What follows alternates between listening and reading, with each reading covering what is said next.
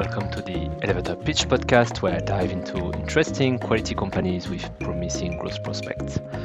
The episodes are based on my Substack write-ups that you can find at elevatorpitch.substack.com. Don't hesitate to connect on x.com, Thread, Blue Sky, Mastodon, wherever you call your social media homes those days. I'm really looking forward to getting your feedback and seeing if I add value to your investment research. Now, today I'm very happy to dive into one of my current favorite company. It has broken one of the highest barrier to entry in its sector to become the leading company in the end market. They are delivering premium product and have a loyal customer base of almost 14 million households, generating 1 billion of USD revenue and with a clear visibility for growth in the coming years. That company is Freshpet. It's a 4.1 billion market cap company with 98% free float. Now, I met Freshpet for the first time, I think in January 2023 at the CAGNY presentation they were doing for the first time, and I was very impressed by the business model. I was then lucky enough to meet with CEO Billy and CFO Todd in New York in Secaucus in their offices and really confirm the quality of the business and of management. Now, if you're not familiar with Freshpet, Freshpet in a nutshell is selling fresh pet food, mainly for dogs in the US. It's a very premium product. It's about twice as expensive as Purina if you wanted to have an equivalent diet for your dog. But it is much better for the dog's health and longevity. And, Freshpet has a lot of studies on the topic of, people who are using Freshpet product, what kind of effects they are seeing on the dogs. It's quite impressive. There's a few testimonial videos if you want to see them on their website. So it's an extremely high quality product. It's as close as human food as it could be. I think some of their products are actually FDA human grade, which means you could actually sell them for human consumption. What really differentiates Freshpet, what really struck me, is that they cracked the distribution barrier to entry. And maybe just it's worth taking a step back. Now, the modern retailing landscape we have today with basically the model of the Walmart, right? This big shop store where you can find everything you need and you can go every week, fill your cart or you order online. Is quite recent. In a way, it's only been a post-World War II invention. And it's really been driving the consolidation of the consumer packaged goods area. And, you often see those charts like, look at those, 4 companies that own 200 brands and you think you are buying different brands, but, it's just the illusion of choice. And in the end, you always think the pockets of Colgate-Palmolive or Nestle, right? Now, that really has been driven by the consolidation of the retailers and the fact that Walmart is something like 20% of all of the grocery shopping in the US. And so to get into Walmart, you have to negotiate with them, and if you have more product, it's easier. You can negotiate better fees, etc., etc. So it's kind of this consolidation of retail and consumer packaged food has happened at the same time. And today, it's very hard for a consumer product to break into a retailer. For Walmart to give you a chance on the shelf, you really have to have something which is already successful, which is why most of the food and beverage innovation we are seeing, they tend to come from either direct to consumer businesses or from specialty or from brands who manage to be very successful online and then leverage that, or to partner, right? I mean, Celsius is a typical one where PepsiCo takes a share and then they manage to get Celsius into all the distribution channels they need to be, and so they can grow. Now, it's been the same in pet food. Pet food is no different. The market is completely consolidated. You're basically buying from either Nestle or Mars. They have kind of 50% together. And then if we add on top Colgate-Palmolive, GM Smucker, and General Mills, then it's, I think, about 75% in the US. And it's been an amazing category, right? Because the humanization of pet, right? This trend where, the dogs and the cats, they went from being, I'm going to say accessories in a way, if you look back 50, 60 years ago, to being part of the family and, deserving of love and care and, that we spend on them and make sure they have a happy life along us because they bring us a lot of joy and we want them to be happy. And, in a way, when people care about something, they're ready to pay more. And that's exactly what has been happening. The market has, ballooned to about $50 billion addressable market for pet food in the US only, right? It's larger globally, but in the US, which is the largest market, it's about $50 billion. And of course, the Nestle, the Mars, the Colgate, the General Mills, they have been just pressing the pricing button and getting pricing every year and getting to very, very healthy margin. If you look at Nestle today, pet food is their most lucrative business with 21% margin, and it's the second largest business behind coffee. And Nestle is the largest coffee manufacturer in the world, so quite impressive here.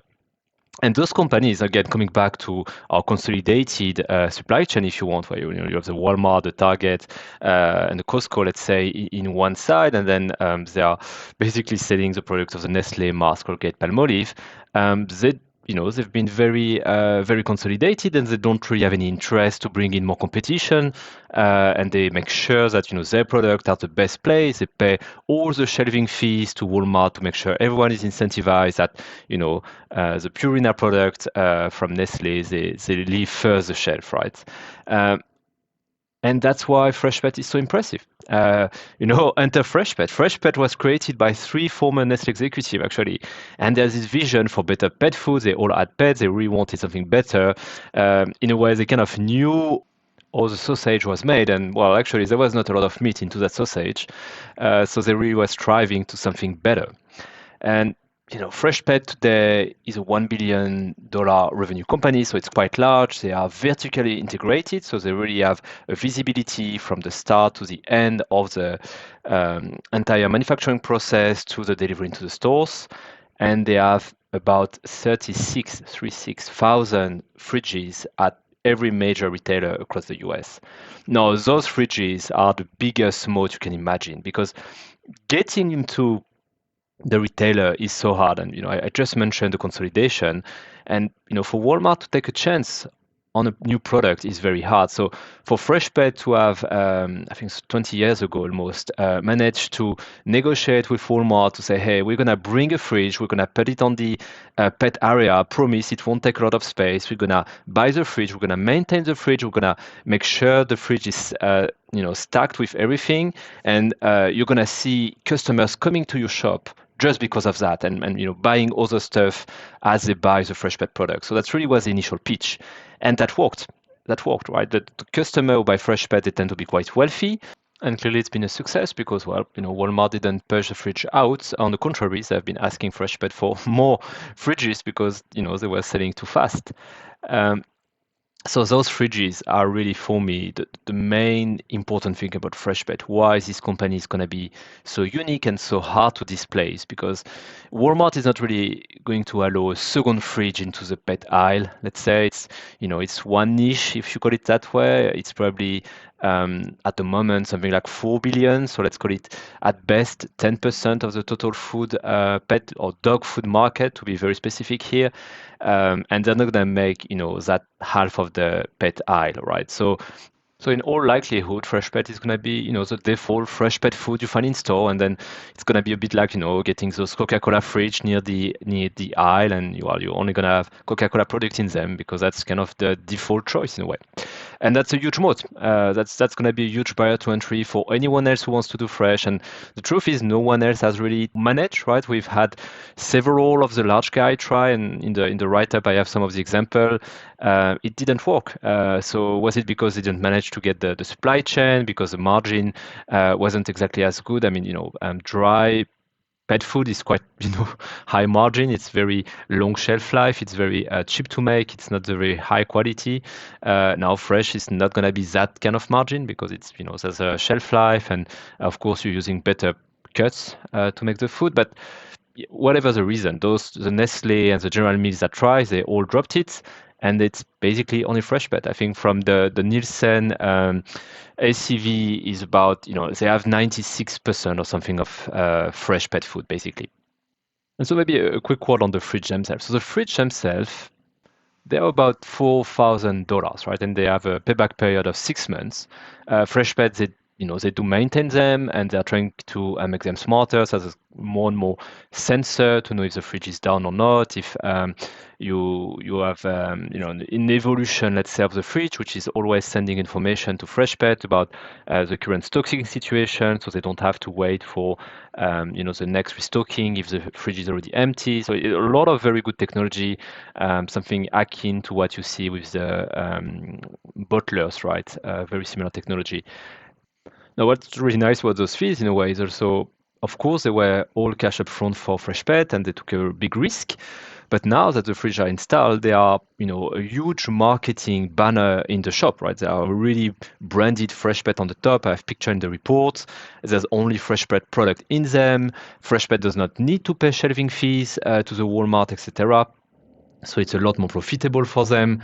And kind of, yeah, they took the risk. Walmart kind of told them, hey, you make it work, or get the fridge out. And now that it worked, well, the fridges are here and they have quite a nice situation actually here. Now, talking a bit about the financial, Freshpet has had an incredible growth. They have grown at 70%, 770 per annum pre-COVID, something like 2015, 2020, 2019.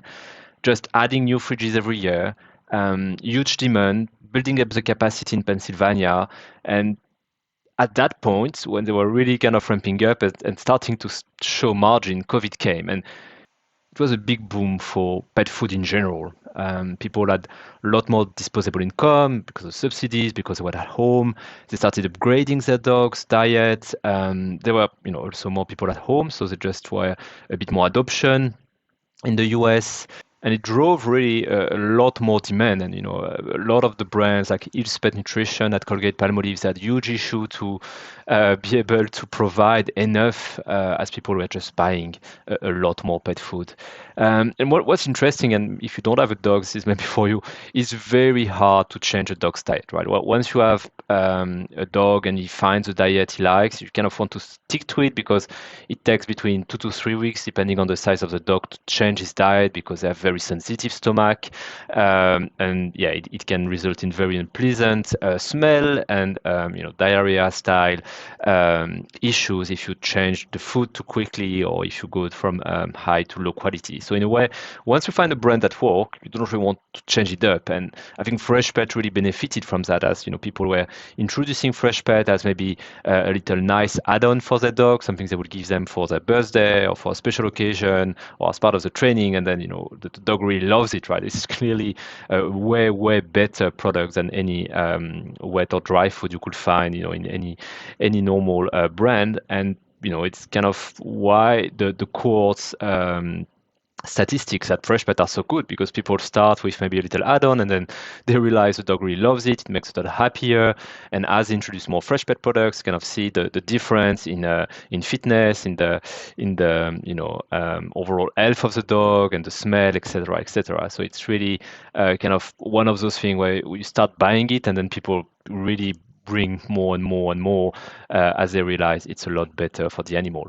So coming back to COVID, right? In COVID, Freshpet growth accelerated meaningfully from around 20%, 25% to 33.5% in 2021 and 40%, 40 in 2022 and 30% 2023. Really, really high demand. The company was really struggling to maintain the fridge stock. They were opening every line they could in their Pennsylvania manufacturing facility, and they opened a new kitchen in Texas, actually, to help also with the south west of the US. And that was extremely challenging for Freshpet. They had to put a lot of cash. It was very expensive, of course, because everyone was doing the same. And I think it's kind of where the stock price kind of found a bottom. It was this point where the company was raising. They had to raise a convertible, and I'm going to touch on that a bit later. And in parallel, what was interesting is in 2022, I think Jana Partners, which is an activist hedge fund, they took a meaningful share in the company, and they were trying to shop the company to Nestle or General Mills. So, this is a great company. It's in the pet food space. We should get Nestle to buy you, basically. And I think management and the board were really fought hard on that. They thought they could do it by themselves. So I remember it was several millions in lawyers' fees, which at the time time was very frustrating for the CFO because he could have used that for the manufacturing, capex, and a very difficult time for the company, I think. And the stock price, hit the bottom from the peak of COVID to around, I think, $50 or $45 stock price. So really, really difficult time. But the companies, they raise a convertible and they continue to execute. And I think a lot of people who were assuming that the company had sold a lot and people that had bought a lot of food, and then the demand will stop and we will see like negative growth. Clearly, were proven wrong because, of course, Freshpet continued to grow. They grew 30% in 2023 and 27% in 2024. So clearly, the demand was not just COVID related; it's a proper trend, and they were doing everything right in a way. And maybe a word on the M&A point that Jana Partners try to raise before we get into the financial. I do think an acquisition will still be on the table. Freshpet is about 4 billion market cap. If you put a 30% premium on that, you would get to 5 to 6 billion, let's say. It's completely free float, so there's no issue of anchoring shareholder or anything. I could absolutely see a General Mills or a Nestle or one of the other big food company or HPC company would want to get into the pet food game, buying Freshpet here. I think it will not be an issue. The company will be open to it, and it's still a reasonable amount, let's say, for an acquisition. So coming back to the company growth trajectory, right? So it's grown extremely fast, part driven by the increased fridges they have put everywhere across the country, and part because they are penetrating more households, and households are trying the product, liking it, and buying more and more. One of the main challenge for growth was the manufacturing capacity, right? Because this Pennsylvania factory was completely at 100%, and they were only starting to build the Texas factory. Now, on the capacity side, everything is fine. So they spend quite a lot, I think more than $1 billion on the both facilities, and they have enough space based on the current capex plan to go to about 3 billion in revenue. So that issue they had in 2022, which kind of restricted growth as the fridges were empty, is solved. So they have a lot of runway now for growth. So how do they grow basically? Well, it's really in a way quite straightforward. The first part of the growth, and maybe the best way to frame it, is management want to go to $1.8 billion revenue by 2027. So that's about 24% growth per annum we have to try to understand, right? So half of it should be, a bit less than half of it should be just by growing fridges, right? So they're continuing to penetrate in the retail channels. As I think they're around 70% of all of the retail channel in the US. They can easily go to 80%, 85%, similar as Blue Buffalo at General Mills or Nestle Purina. And as they grow the reach, they also grow in parallel the household penetration as people buy more products and increase basically the productivity of each fridge, which is also supported by a diversification of the offering, right? So initially, because of the manufacturing constraints they had, they were really focusing on what was selling best. And now they're kind of opening up the assortment to have more product to address different dog size, to address different occasions, so full meal or add-ons or treats, different tastes. So really trying to give the consumers more choices around what they buy for their animals. And then as they push, so 8 to 10% just distribution growth, and then I would say that's probably going to be 6% or 6 to 10% from the household penetration, and the rest will just be price mix, basically from people buying more for their animals, right? So what's going to be very interesting is Freshpet has always been very capex intensive, which means the margin really struggled to increase. It took them a lot of time, but now they're finally getting, after COVID, after the expansion of the manufacturing facilities, they're finally getting into a nice area, and the margin is finally rising fast, right? So before COVID, they were at about 12% EBITDA margin. It completely crumbled to 3% during COVID because of all the extra expenses due to the manufacturing they were trying to get together. And finally, it went back in 2023, and in 2024, it hit 17%, 17. And the company aims to go to 22%. And it's purely at this point the operating leverage benefit, right? So as the scale up capacity and capacity utilization in the kitchens go up, it's basically every incremental dollar fall to your EBITDA line. So I think 24% per annum growth, getting to the 22% margin is absolutely feasible, given the trajectory, given what they've done. I give them a lot of credibility on those targets because they've exceeded them over and over. And maybe worth mentioning, so it's not in my number, and as far as I know, it's not in management number, are two optionalities. The first one is really cat food. It's an area where Freshpet, they had some treats, but really never pushed, and it's the second largest category after dog food. So now they're trying, they have a new line coming out, and they're going to be trying to penetrate that market, which is, seeing the same kind of tailwind, humanization of pets, and millennials having more animals. So that will be an interesting one if they can make it work. And the second one is international. So Freshpet has Freshpet is 98% US, right? So the rest is a little bit in Canada, a little bit in Europe. And in Europe, the main issue is if you have to ship the product from the US to Europe, you're losing already a lot of time. If you think it can be shelf stable for a few weeks, then, if you're already spending 1 week in the container, in the boats, it doesn't really work, right? So they are currently looking for a partner in the UK that will help them to kind of make it work in Europe. Europe has a bit less animals than in the US, just because of the way people live a lot more into cities. But it is also a very nice market, and there's the same kind of demand and the same kind of again positive trends here. So if that works, it could be a new leg of growth for the company. Now, Freshpet, again, like you've seen, I really like the company. I think they've really shown year after year it's a sustainable and viable business model. Interestingly, at the start, everyone told them, "Oh, it's never gonna work. Nobody's gonna want that. It's not gonna be too expensive." And they've made it work, right? And now they have a very entrenched mode because they have the fridges, and no one else has the fridges, and no one else has the vertical integration they have, and it's very hard for anyone to compete here because, well, the only one competing is either the legacy wet and dry food manufacturer, and they have a product which is clearly inferior, a lot more mass market, or you will find the direct to consumer, like Farmer's Dog, for example. But as far as I could see, they are really not profitable, and frozen and fresh is not exactly the same because they ship frozen food. And it's actually a lot more expensive per kilos of your dog. So I think Farmer's Dog is doing quite well, but I really wonder how long they can survive in a way. So Freshpet here for me is kind of the only one in that space, being with a viable business model and good visibility of growth. Now, the last bit of the puzzle of Freshpet, because they have shown they can do a lot. Now, the last bit of the puzzle is really the free cash flow.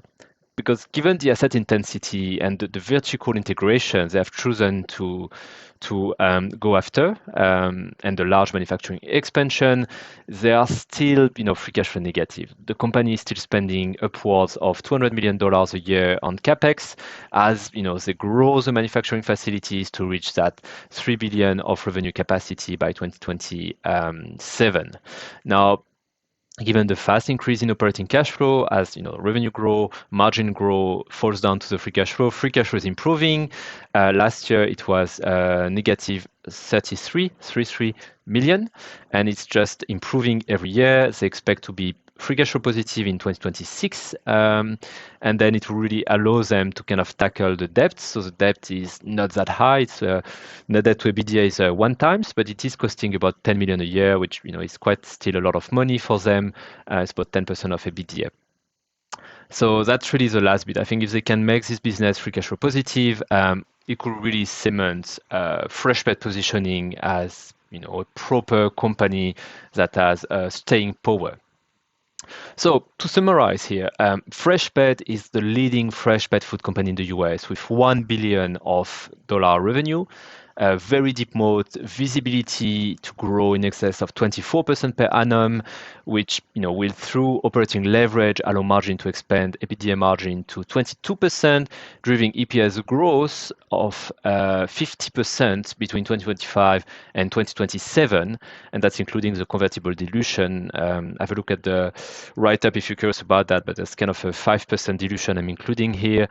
And management is, I think, very high quality. They've shown they can execute well, and they are on the way to be free cash flow positive. So honestly, the main risk to the thesis here is a US recession. I do think Freshpet will be defensive as people will sacrifice their pet food. Among the last thing, there was actually a very interesting study where people were saying that they would cut Netflix before they cut the quality of their pet food. So that's quite a big ask here. Now the stock is down 42% year to date as I'm recording this episode, which put it as a 21 times EV/EBITDA. And I mean, for a company that grow 24% per annum with visibility to good margin and free cash flow, it seems quite attractive in my view. It is a volatile name. There's been, it's been a bit of a hedge fund hotels at some point, especially around the Jana Partners activity. But I do think that as it kind of become a bit more of a mature staples company, then we should see a lot more normal behavior from the company. And that's a wrap on Freshpet, a company that's transformed the pet food industry with their innovative approach and those 36,000 refrigerators, creating an impressive moat. If you are not familiar with Freshpet, I hope you're now seeing why this is a unique company and why it has caught my attention as an investor. This podcast thrives on your engagement, so I'd love to hear your thoughts. Did you find this analysis valuable? Are you already a Freshpet customer? Or perhaps you have questions about their business model or growth prospect? Maybe my French accent was too heavy. Just let me know. Connect with me on social media. Drop me an email at theelevatorpitch@outlook.com. Your feedback is super important to me and shapes the future episode. And I'm always looking for interesting company to spotlight next if you want to make any suggestion. Don't forget to subscribe wherever you get your podcast and visit elevatorpitch.substack.com for more in-depth analysis. Thanks for listening, and I wish you a great day.